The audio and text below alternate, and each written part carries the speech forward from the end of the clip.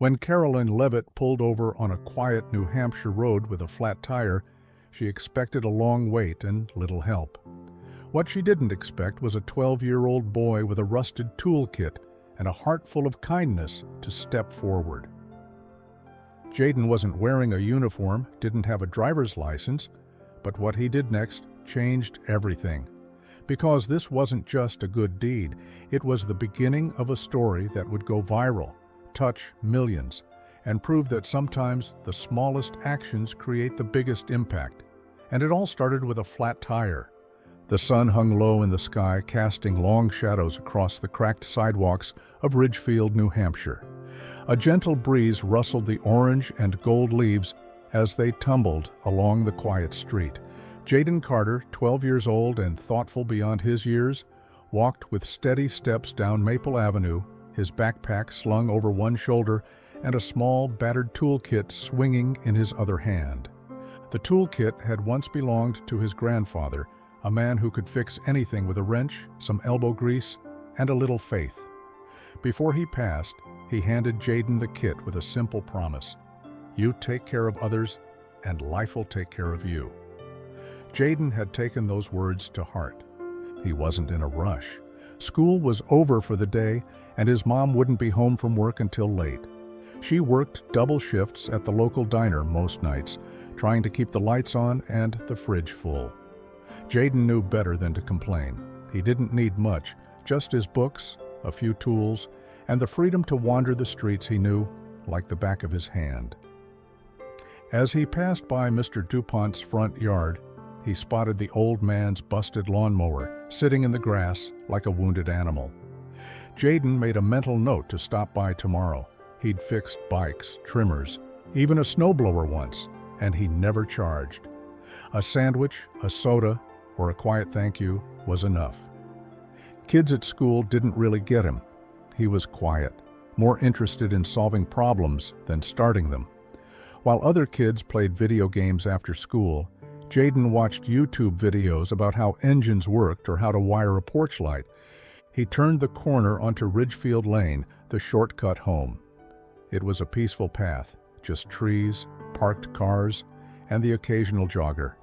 But today, something was different. Up ahead, a sleek black SUV sat, angled on the side of the road.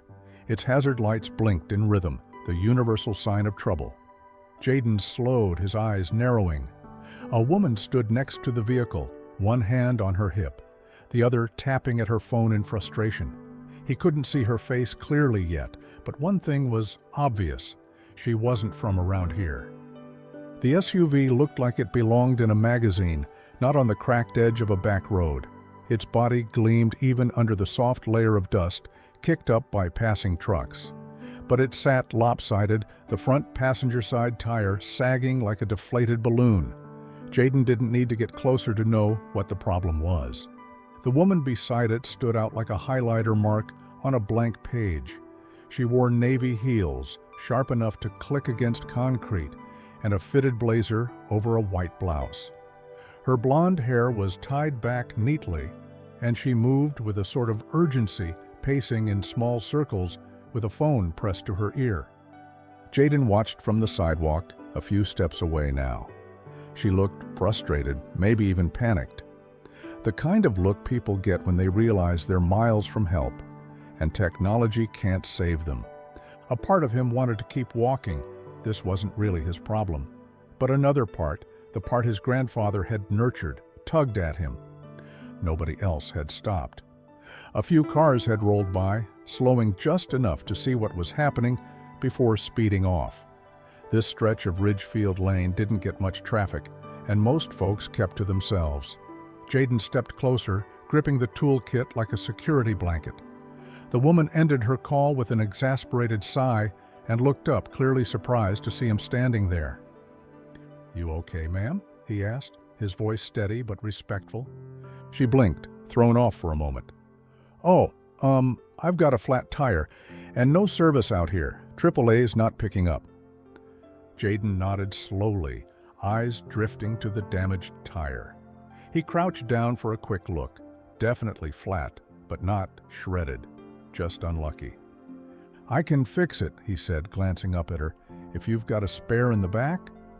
The woman hesitated, studying him. This skinny kid with a faded backpack and scuffed sneakers.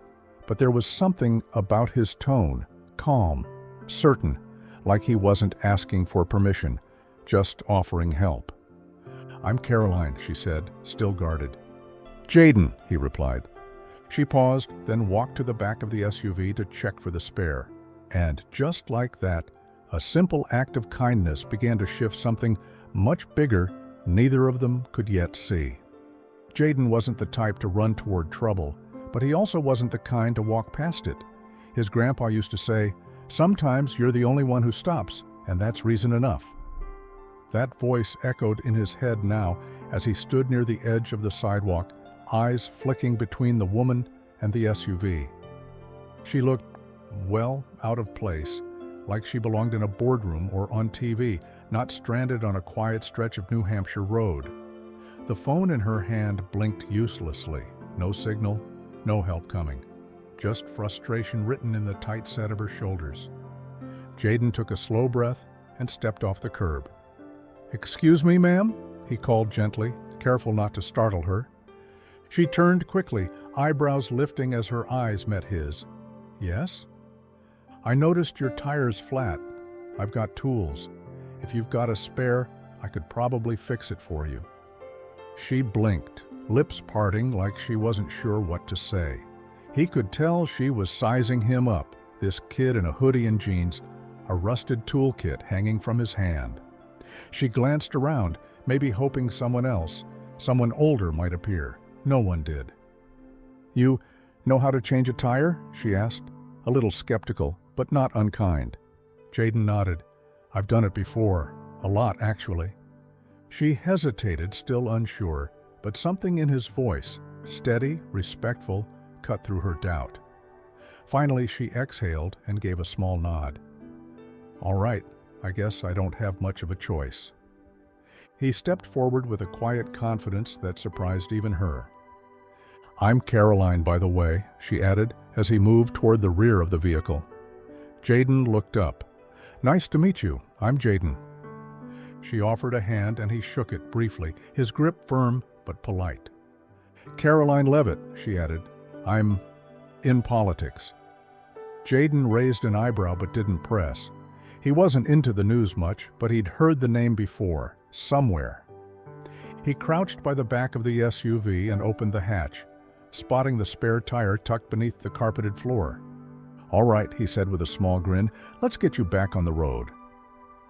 Jayden got to work without hesitation, setting the toolkit down like it was sacred. His fingers moved quickly, finding the jack and wrench with muscle memory born from experience. He knelt by the flat tire, loosening the lug nuts in a practiced rhythm, his face focused and calm.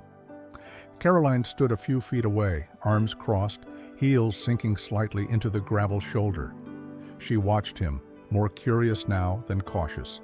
There was something striking about how sure he was. No fumbling, no second guessing, just quiet determination. "Where'd you learn to do all this?" she asked. "My grandpa," Jayden said without looking up. "He was a mechanic, taught me everything before he passed." "I'm sorry," she said softly. Jayden gave a small nod. "Yeah, he was a good guy." The jack lifted the SUV slowly. Jayden slipped the flat tire off like he'd done it 100 times, and maybe he had. Bikes, lawn mowers, even a neighbor's old sedan once. His hands were always busy. Karoline studied him more closely now. He couldn't have been more than 12, maybe 13. But the way he carried himself, the way he moved, it was like watching someone twice his age. There was no ego in it, just pride, quiet, honest pride. "You want to be a mechanic like your grandpa?" she asked, genuinely interested. Jayden paused, looked up, and smiled faintly. "Not exactly. I want to be an engineer. Build things, not just fix them." Karoline raised her eyebrows. "That's a big dream." He tightened the last lug nut on the spare and stood up, brushing the dirt from his knees. "Maybe," he said, "but big dreams are the only kind worth having, right?" She wasn't expecting that. Not from a middle schooler with scuffed shoes and a calm stare, but there it was, a spark. The kind of spark that doesn't come from age or education, but from something deeper, purpose. Jayden packed up his tools and gave the tire a final once-over. "You're good to go now." Karoline looked at the car, then at him. "You're something else, Jayden," she said, her voice softer now. He just shrugged. "I just like helping people." Neither of them knew it yet, but that simple choice, to stop, to help, to speak, was about to change everything. The afternoon sun filtered through the trees now, casting long shadows across the road as the air began to cool. Karoline leaned against the hood of her SUV, arms still folded, but her posture had softened. There was something about this boy, this quiet, composed kid with an old soul and a toolkit older than he was, that unsettled her in the best possible way. She tilted her head slightly, watching as Jayden packed his tools back into the weathered case. "How old are you, if you don't mind me asking?" 12, he replied, snapping the latches shut. 13 in December. Karoline smiled. "You've got the manners of someone twice your age." Jayden shrugged. "My mom raised me right, and my grandpa made sure I remembered it." She stepped away from the SUV, brushing imaginary dust from her blazer. "You mentioned your grandfather taught you about cars?" Jayden nodded. "Yeah. He used to run a little garage over on Elm Street. Taught me how to use a socket wrench before I could even spell it." He smiled to himself, then added, "He passed last year." "I'm sorry," Karoline said again, and this time she meant it even more. "It's okay," Jayden replied, his voice steady. "He taught me what he could while he had time. Now, I just try to keep learning." There was a pause, one of those natural silences that didn't feel awkward, just full. Karoline studied his face, trying to piece together how someone so young could already carry so much depth. "And your mom?" she asked gently. "She works a lot," Jayden said. 2 jobs, sometimes 3. She's the strongest person I know." There was no resentment in his voice, just admiration, quiet and genuine. Karoline glanced down the road, then back at him. This wasn't just a helpful kid. This was someone rare, someone who had every reason to be bitter or hardened, but wasn't. In her world, politics, campaigns, press conferences, people like Jayden didn't show up on spreadsheets or in polling data. But here he was, changing her whole perspective with a wrench and a few kind words. The spare tire was on, the bolts tightened, and the SUV rested evenly once again. Jayden stepped back to inspect his work one last time, wiping his hands on the back of his jeans. Satisfied, he gave a small nod. "You should be good," he said. "Might want to get that other tire looked at soon, though. Looks like it's wearing uneven." Karoline smiled almost in disbelief. "You sound like someone straight out of a repair shop." Jayden chuckled. "I've watched a lot of videos." She walked to the driver's side, opened the door, then paused. She turned back toward him, reaching into her purse. He watched as she pulled out a crisp $20 bill, the edges still stiff, fresh from the bank. She held it out to him. "Here," she said, "for your time and your kindness." Jayden looked at the bill, then back at her. His face didn't shift. No surprise, no hesitation, just quiet resolve. "I appreciate it," he said, "but I didn't help you for money." Karoline blinked, her hand still extended. "Are you sure?" He nodded. "Yeah. My grandpa always said if you do something just to be kind, you don't need a reward." Her arm lowered slowly. She stared at him, not in disbelief, but with something closer to reverence. There was a steadiness in him, the kind that didn't come from privilege or schooling, it came from character. "You're remarkable," she said softly. Jayden smiled, small but sincere. "I'm just me."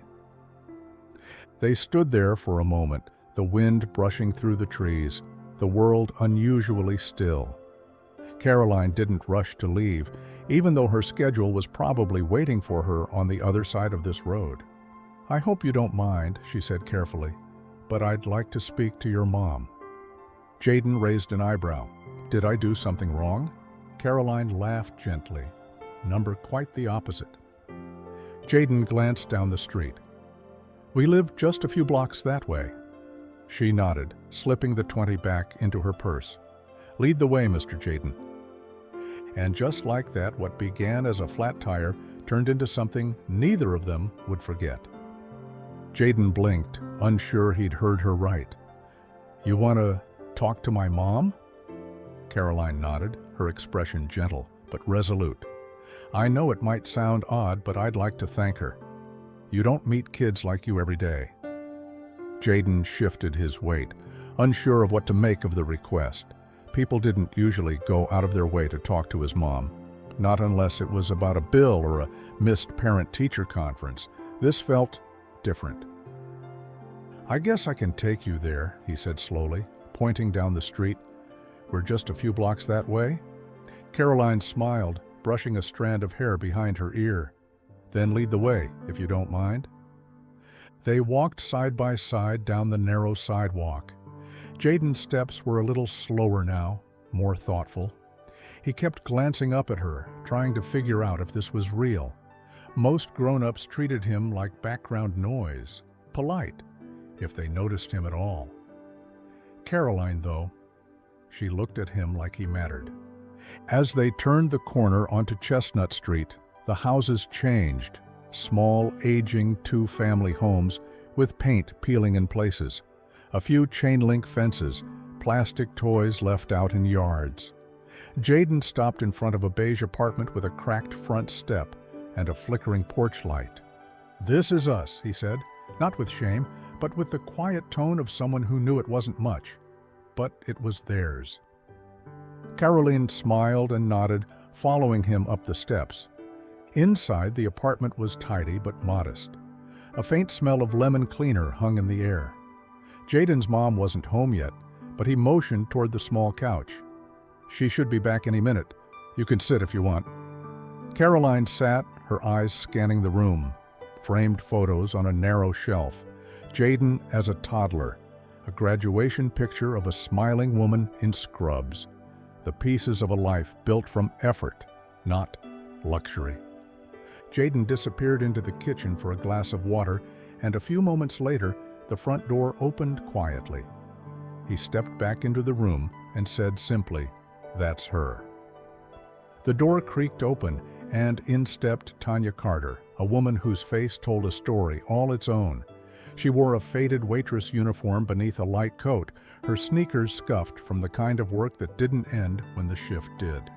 Her hair was pulled back in a loose bun, and exhaustion clung to her like an invisible weight. But her eyes still held warmth.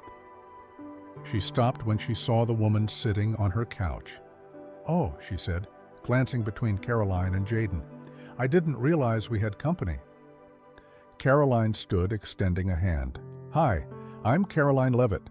I met your son a little while ago when I had a flat tire." Tanya looked to Jayden, who gave her a little nod that said, "It's okay." Karoline continued, "I just wanted to thank you. Your son helped me today. But it wasn't just the help, it was how he carried himself. His manners, his confidence, his generosity. It really struck me." Tanya looked down for a moment, cheeks coloring slightly. She gave a small smile as she shook Karoline's hand. "He's a good kid," she said simply. "A great one," Karoline replied. Tanya moved into the kitchen, dropping her keys into a ceramic bowl and pulling off her coat. "I just do what I can. It's not always easy, but I try to teach him right." Karoline nodded slowly. "You're doing more than that.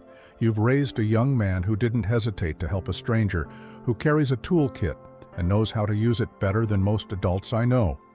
Tanya laughed quietly at that, covering her mouth with the back of her hand. "That toolkit, it was his granddad's.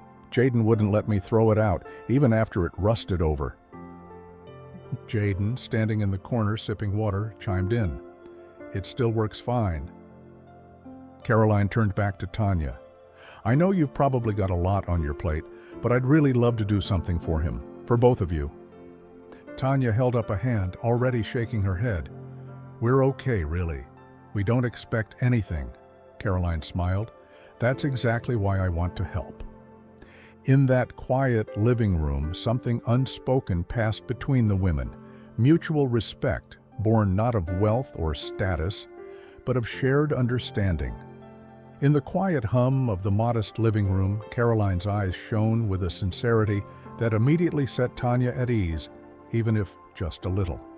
After a pause filled with unspoken thoughts, Karoline leaned forward slightly, her tone both gentle and resolute. "You know," she began, "I've seen a lot in my years in politics and in the world beyond boardrooms and sound bites, but rarely do I come across someone with as much promise as your son." She paused, letting her words hang in the air like a well-kept secret waiting to be shared. "Jayden, you have an incredible mind, and it's clear you're destined for great things. I believe you have a spark that could light up the future." Jayden's gaze shifted between his mother and Karoline, his eyes wide with both curiosity and hope. Tanya's features softened as she listened, the harsh lines of everyday struggle momentarily giving way to a cautious optimism. Karoline continued, "I'm connected with a STEM mentorship program, a program typically reserved for high-profile families, the ones with deep pockets and influential names. But I don't believe talent should be limited by circumstance. I want to sponsor you, Jayden. I want to help you get into a world where your ideas and hard work can flourish." Her voice carried an undercurrent of conviction that felt both empowering and transformative. Tanya's hand tightened around the ceramic bowl of keys on the side table. The offer was generous beyond measure, yet it also carried an unfamiliar weight. For a moment, the room was filled with the soft ticking of a clock, a silent reminder of how every second could count in reshaping a future. Jayden's expression lit up, a timid smile playing on his lips as he met his mother's eyes. "Really, Mom?" he asked, the word almost a whisper, charged with hopeful disbelief. Tanya hesitated, the worry etched deep in her eyes. "It sounds wonderful, Karoline, but I can't help wondering, is there a catch?" Her voice was gentle, but laced with protective concern. Karoline reached out and rested her hand on Tanya's arm. "There are absolutely no strings attached. This isn't about obligations or debts. It's about giving you an opportunity, a chance to learn, to grow, and to follow your dreams. I've seen too many young talents overlooked. I just want to see you succeed."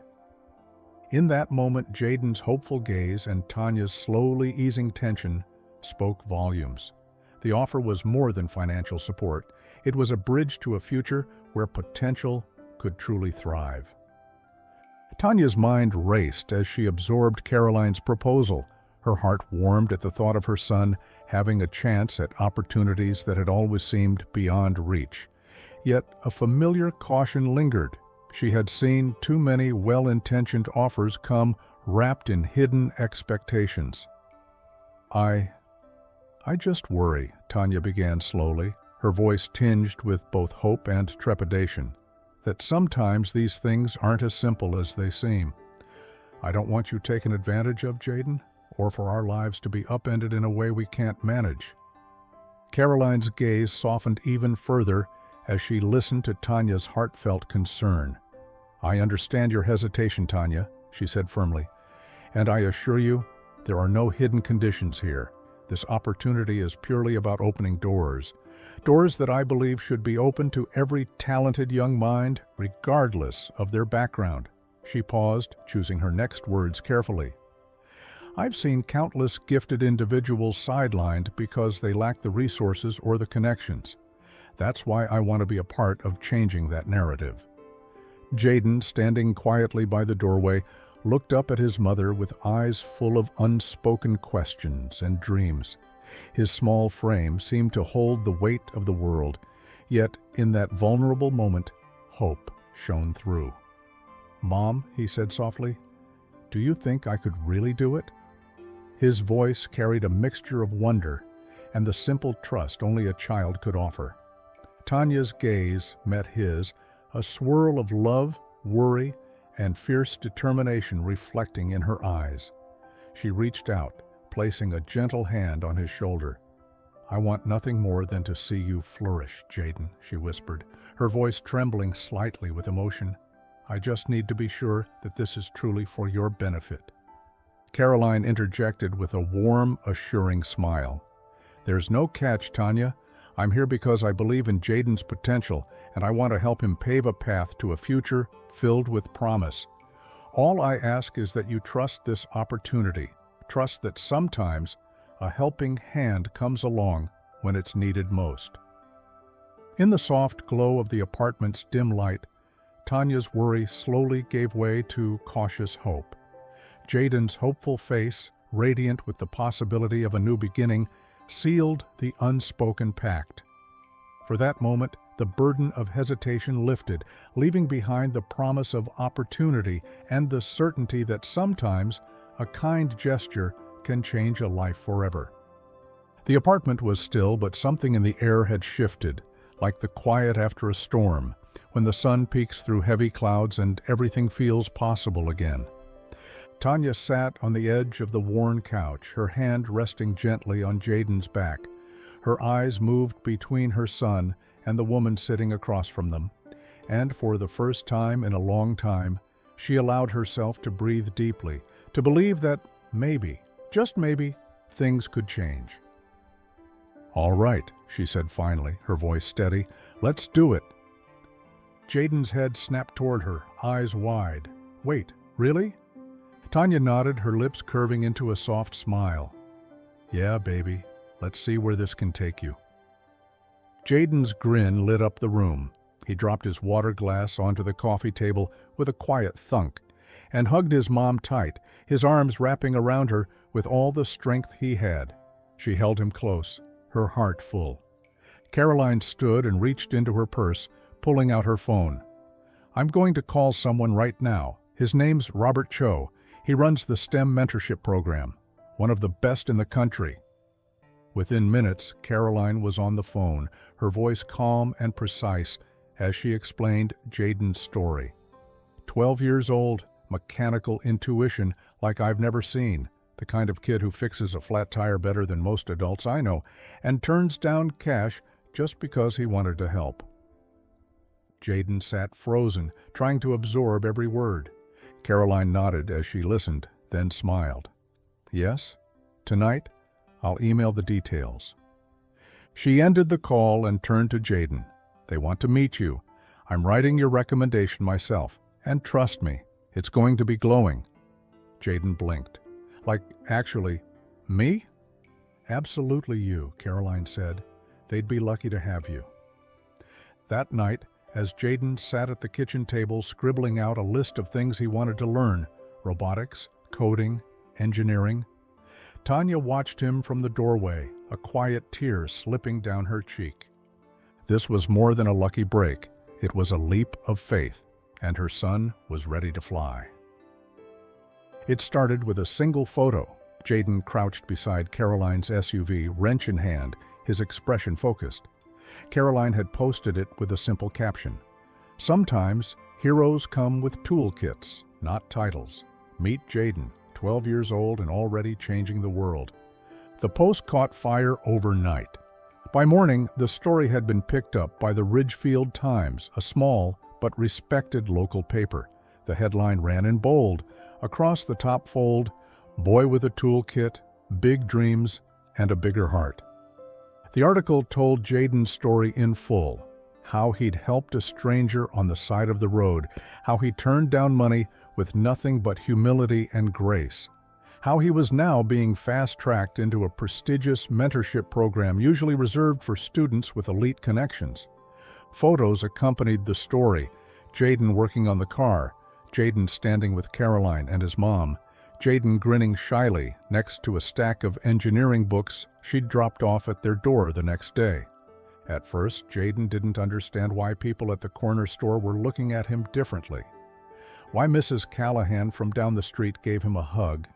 Why Mr. DuPont handed him a milkshake on the house and said, "You make this town proud, kid." Word spread quickly. Teachers at school pulled him aside to congratulate him. One of them even added a clip of the article to the school newsletter. A neighbor left a brand new tool set on the doorstep, wrapped in ribbon. Jayden's phone buzzed constantly, texts from classmates who suddenly wanted to know more about engineering. One even asked if he could help fix their bike. Jayden laughed. Of course. Tanya, watching it all unfold, felt something stir inside her that had long been buried. Pride not just for surviving, but for raising someone extraordinary. Karoline called a few days later, her voice buzzing with excitement. You've inspired people, Jayden. This isn't just about a mentorship anymore. People are starting to believe in you, in kindness, in paying it forward. Jayden didn't know how to respond. He just sat on the edge of his bed, looking down at the calloused hands that once only fixed broken things, and now maybe were building something brand new. And this, he realized, was just the beginning. What started as a local story soon took on a life of its own. By the end of the week, Jayden's photo was everywhere, his toolkit by his side, standing proudly next to the SUV he'd helped repair.